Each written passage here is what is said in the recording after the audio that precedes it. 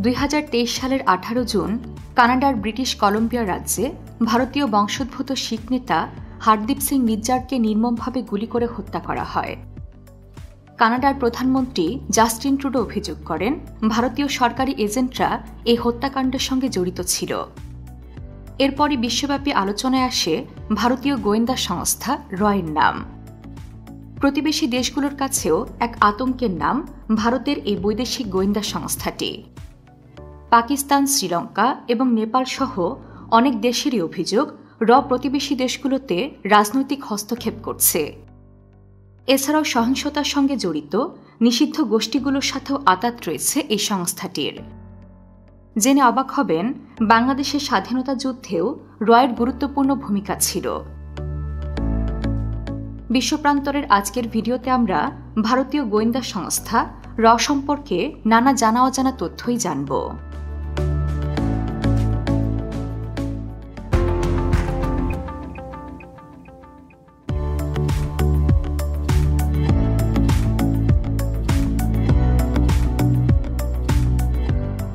বিশ্বের সবচেয়ে শক্তিশালী এবং গোপন সংস্থাগুলোর মধ্যে একটি হল বিভিন্ন দেশের গোয়েন্দা সংস্থা। এসব গোয়েন্দা সংস্থাগুলো দেশের জাতীয় নিরাপত্তা, পররাষ্ট্রনীতি, আইন প্রয়োগ এবং সামরিক উদ্দেশ্য সহ বিভিন্ন কারণে তথ্য সংগ্রহ, বিশ্লেষণ ও সিদ্ধান্তে উপনীত হয়ে এবং তা কার্যকর করে থাকে। এমনকি তারা নিজেদের স্বার্থে অন্যান্য দেশ বা গোষ্ঠীর অভ্যন্তরীণ বিষয়ে হস্তক্ষেপ করার জন্য গোপন অভিযানও পরিচালনা করেন। তাদের পেশা যতটা চ্যালেঞ্জিং, ঠিক ততটা সুযোগ সুবিধাও রয়েছে। পাশাপাশি তাদের বিভিন্ন সময় নৈতিক দ্বিধা এবং প্রশ্নের সম্মুখীনও হতে হয়। হল ভারতের এমনই একটি বাহ্যিক গোয়েন্দা সংস্থা যারা পররাষ্ট্র বিষয়ে গোয়েন্দা তথ্য সংগ্রহ ও প্রক্রিয়াকরণ, গোপন অপারেশন পরিচালনা এবং অপর রাষ্ট্রের বিভিন্ন ঘটনার ফলাফলগুলোকে ভারতের পক্ষে প্রভাবিত করার জন্য কাজ করে। ভারত সরকারের বিশেষায়িত স্বাধীন এই সংস্থাটির পূর্ণরূপ হল রিসার্চ অ্যান্ড অ্যানালাইসিস উইং।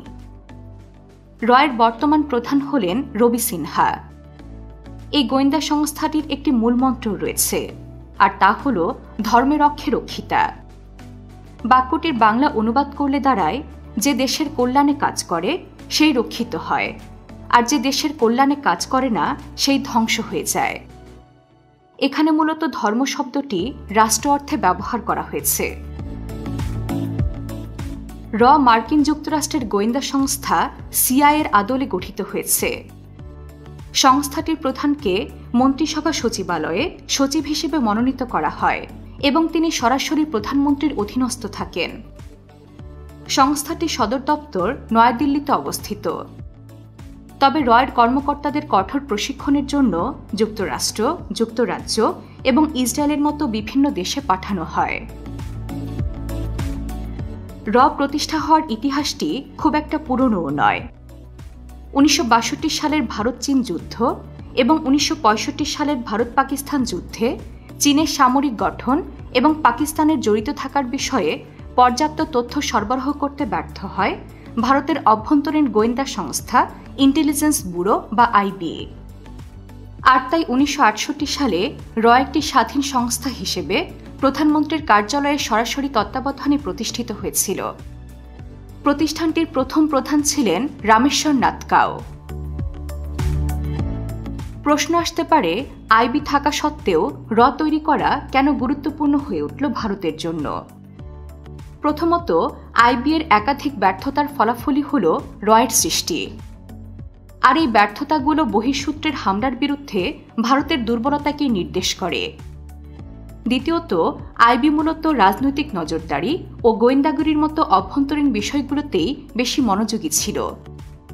বিদেশি বিষয়াবলী এবং পররাষ্ট্রীয় নিরাপত্তার মতো বিষয়গুলোকে তারা অবহেলা করত। তৃতীয়ত, আইবি অতিমাত্রায় ভারতীয় আমলাতান্ত্রিক ও রাজনৈতিক প্রভাব বলয়ের অধীনে ছিল বলে অভিযোগ ওঠে, যা প্রতিষ্ঠানটির দক্ষতা ও কার্যকারিতাকে বাধাগ্রস্ত করে।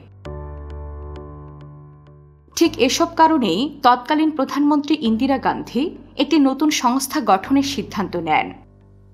এমন একটি সংস্থা যা কেবল পররাষ্ট্রীয় গোয়েন্দাগিরির কাজে নিয়োজিত থাকবে এবং রাজনৈতিক হস্তক্ষেপ ও আমলাতান্ত্রিক জটিলতা থেকে মুক্ত থাকবে। তিনি নতুন এই সংস্থার প্রধান হিসেবে রামেশ্বরনাথ কাউকে নিযুক্ত করেন, যিনি পূর্বে আইবিএর একজন অভিজ্ঞ কর্মকর্তা ছিলেন এবং বিভিন্ন দেশেও তিনি কাজ করেছেন, এবং তাকে নিজের কর্মী নিয়োগের জন্য স্বাধীনতা দেওয়া হয়। সাধারণত সকল দেশে একটি নির্দিষ্ট পদ্ধতি মেনে গোয়েন্দা নিয়োগ করা হয়, কিন্তু রামেশ্বরনাথ কাউ সে সময় আইবি, সামরিক বাহিনী, পুলিশ ও অন্যান্য উৎস থেকে নিজ পছন্দ অনুযায়ী কর্মী নিয়োগ করেন। এছাড়াও তিনি তথ্য আদান প্রদান ও সহযোগিতার জন্য সিআইএ, MI6, মোসাদ সহ বিশ্বের অন্যান্য দেশের গোয়েন্দা সংস্থাগুলোর সাথেও যোগাযোগ স্থাপন করেন। জেনে অবাক হবেন, প্রতিষ্ঠার পর তাদের প্রথম অপারেশনটি শুরু হয় বাংলাদেশকে নিয়ে। এই অপারেশনটির নাম ছিল অপারেশন বাংলাদেশ। তখনও ভালোভাবে দাঁড়ায়নি। সে সময় সংস্থাটি তথ্য সংগ্রহ, তথ্য প্রদান ও আশ্রয় দিয়ে বাংলাদেশের জন্য কাজ করেছে। শুধু তাই নয়, পাকিস্তানের গতিবিধিও তাদের নজরে ছিল। বাংলাদেশের জন্য তারা কিছু কোড নেম ব্যবহার করে নিজেদের মধ্যে তথ্য আদান প্রদান করত। 1971 সালের 25 মার্চ পূর্ববর্তী সময়ে পশ্চিম পাকিস্তান থেকে পূর্ব পাকিস্তানে ক্রমাগত অস্ত্র ও সৈন্য আসছে দেখে তারা আসন্ন বিপদ উপলব্ধি করতে পারে। সাথে সাথেই রয়ের সদর দপ্তরে অতি জরুরি বার্তায় একটি নির্দেশ দেওয়া হয়। বার্তাটি ছিল, মেননকে উপদেশ দাও আমাদের বন্ধুদের নিয়ে আসতে। মেনন ছিলেন সে সময় শেখ মুজিব ও ভারতের সাথে যোগাযোগ রক্ষাকারী একজন এজেন্ট। কিন্তু শেখ মুজিবকে বার্তাটি পাঠানোর পরেও তিনি দেশ ছাড়তে রাজি হননি। যখন বঙ্গবন্ধু শেখ মুজিবুর রহমানকে পাকিস্তানিরা ধরে নিয়ে গেলেন, তখন দিল্লিতে পাঠানো গোপন কোডটি ছিল, পাখিকে খাঁচাবন্দি করা হয়েছে। পরবর্তীতে সীমান্তব্যাপী বিভিন্ন গোপনীয় আশ্রয়স্থান তৈরি করে এবং বাংলাদেশি মুক্তিসেনাদের হিট অ্যান্ড রান অর্থাৎ গেরিলা ট্রেনিংয়ের ব্যবস্থা করে দেয়। ডিসেম্বরের আগ পর্যন্ত তারা 1 লক্ষ মানুষকে ট্রেনিং দেয়। রয়ের পর্যবেক্ষকদের মতে মুক্তিবাহিনী নিজেরাই পাকিস্তানি সৈন্যদের বাংলাদেশ হতে বিতাড়িত করতে সক্ষম ছিল, কিন্তু যুদ্ধ দীর্ঘায়িত ও প্রচুর রক্তপাত হবে জেনে তারা নিজেরা সহায়তায় নিযুক্ত হন। বাংলাদেশের স্বাধীনতার পর 1975 সালে যে বিশৃঙ্খলা দেখা দিয়েছিল তা নিয়ে ভীতির মধ্যে ছিল। রয়ের এজেন্টরা জিয়াউর রহমানের বাসায় মেজর ফারুক, মেজর রশিদ ও লেফটেন্যান্ট কর্নেল ওসমানী সহ ঘটে যাওয়া একটা গোপন বৈঠকের তথ্য লাভে সমর্থ হয়। অভ্যুত্থান হবে বুঝতে পেরে প্রধান রামেশ্বরনাথ কাউ পান বিক্রেতার ছদ্মবেশে ঢাকা এসে পৌঁছান, কিন্তু তিনি শেখ মুজিবকে তার তথ্য বিশ্বাস করাতে না পেরে আবার ভারতে ফিরে যান। কিন্তু পরবর্তীতে দেখা যায় রয়ের সেই বার্তাটি সঠিক ছিল।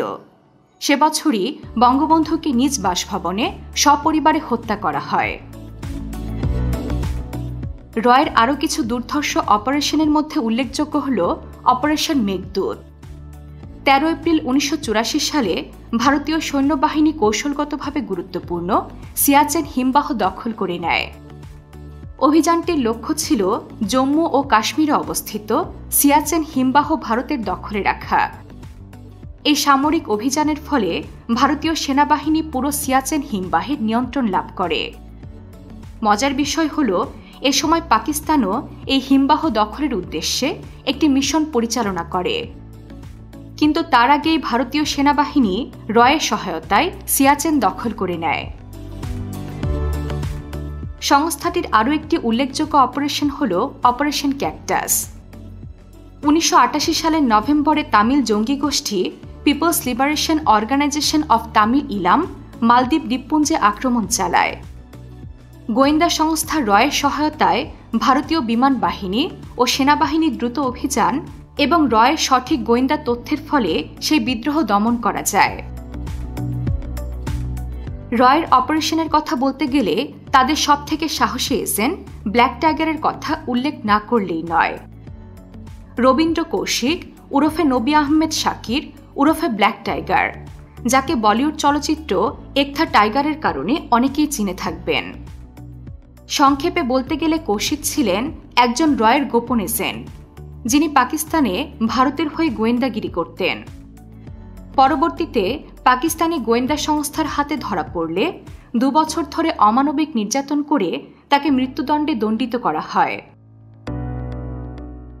তবে সবশেষ ভারতের পাঞ্জাব প্রদেশ অর্থাৎ খালিস্তানের স্বাধীনতাকামী নেতা হারদীপ সিং নিজ্জারকে নির্মমভাবে গুলি করে হত্যা করায় রকে নিয়ে বেশ তোলপাড় এবং ভীতির সঞ্চার হয়েছে সারা বিশ্বে।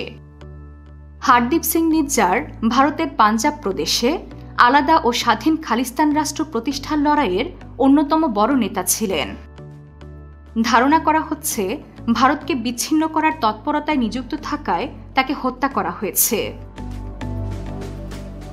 এই ন্যাক্কারজনক হত্যা ঘটনার প্রতিক্রিয়া হিসেবে কানাডার প্রধানমন্ত্রী জাস্টিন ট্রুডোর সাবেক পরামর্শক জ্যাকিলিন কোলন জানিয়েছেন, বিশ্বব্যাপী এই ঘটনার প্রভাব বেশ বড় হবে। এখন থেকে ভারত পুরো বিশ্বে রাজনৈতিক প্রতিপক্ষকে বিদেশের মাটিতে হত্যা করার মতো জঘন্য দেশের তালিকায় যুক্ত হবে, যেসব দেশের তালিকার মধ্যে সৌদি আরবের মতো দেশেরও নাম রয়েছে। তবে সবকিছু মিলিয়ে বলতে গেলে ভারতের উত্থানশীল বিশ্বশক্তি হিসেবে ভূমিকা পালন করতে খুব গুরুত্বপূর্ণ একটি প্রভাব রাখতে পারে। একবিংশ শতাব্দীর ক্রমাগত পরিবর্তনশীল গতিশীলতা এবং চাহিদার সাথে খাপ খাওয়ানোর জন্য এই সংস্থাকে ভারতের পক্ষে কাজ করে যাওয়া অত্যাবশ্যক। তবে ভারতের সার্বভৌমত্ব রক্ষা করা যেমন জরুরি, তেমনি প্রতিবেশী রাষ্ট্রগুলোর সার্বভৌমত্ব বজায় রাখাটাও তেমন জরুরি। ক্ষতির পরিমাণ না বাড়িয়ে কার্যক্রম পরিচালনা এবং সকল প্রকার সাহায্য সহযোগিতার মাধ্যমে দক্ষিণ এশিয়াকে এগিয়ে নিয়ে যাওয়াই যেন সকল গোয়েন্দা সংস্থাগুলোর লক্ষ্য ও উদ্দেশ্য হয়, এই কামনা বিশ্ববাসীর। বিশ্বের নানা প্রান্তে ছড়িয়ে থাকা এমন জানা অজানা তথ্য জানতে সাবস্ক্রাইব করুন বিশ্বপ্রান্তরে।